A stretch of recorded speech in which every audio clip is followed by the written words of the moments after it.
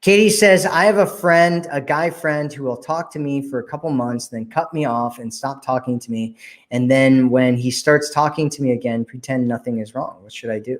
Well, if he's just a friend, you should just, if you want him to still be a friend, just keep him as a friend, right? Like, it doesn't matter. If he's just a friend, like I have friends that I won't talk to for a couple years. And as soon as we see each other, we're like high-fiving and hugging and stuff because we're friends, right? And it's okay to see each other as friends.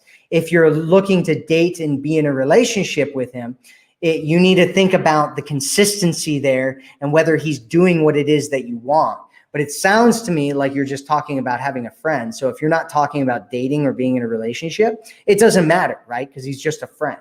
But if you're talking about dating in a relationship, you want consistency and you don't want to allow a man to just come in and leave whenever he wants. You need to have boundaries and you need to figure out what works for you and what doesn't work for you. What means to you, like what does it mean to you to be valued? To be valued in a relationship or valued by a man.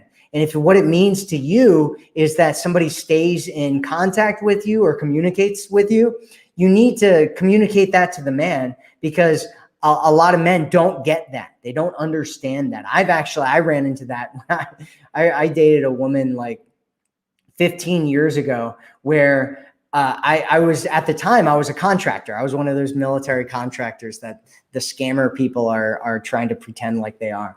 And I would go overseas and I would come back and it would be a month or 2 months or 3 months, something like that. And I remember I was dating this girl one time and I didn't talk to her while I was gone because I was off, doing contractor stuff. And when I got back, she was like, you think you could just talk, come in and talk, and I at the time I was like, is that not okay? Like I was literally like questioning it. I was like, wait a second, maybe that's not an okay thing for me to do. Cause I had no reference for it in my past. Cause I had never been in relationships where I was doing this before. And it, like, for me, it just made sense. I'm off, fighting Somali pirates and stuff, like I am like focused and concentrated on my work.